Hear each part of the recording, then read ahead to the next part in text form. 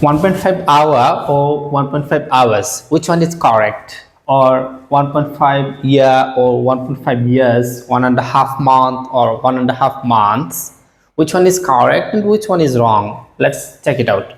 Very simple. আমরা জানি যদি সিঙ্গুলার হয় অর্থাৎ এক হলে আমরা hour or year or month আমরা ইউজ করি, একের বেশি হলে প্লুরাল, 2 years, 2 hours, 2 months.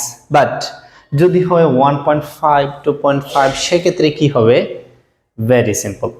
2.5 মানে একের বেশি, 1.5 মানে একের বেশি। সো একের বেশি হলেই plural.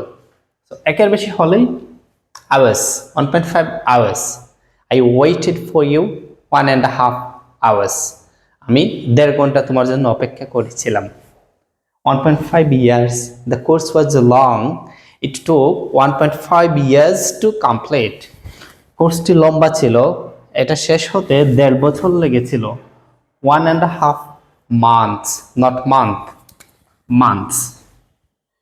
The class lasts 1.5 months. Class 1.5 মাস ধরে থাকে। So 1 এর বেশি হলেই plural. So these are incorrect. 1.5 hour is incorrect. The correct one is 1.5 hours. 1.5 year is incorrect. The correct one is 1.5 years. 1.5 month is incorrect. The correct one is 1.5 months.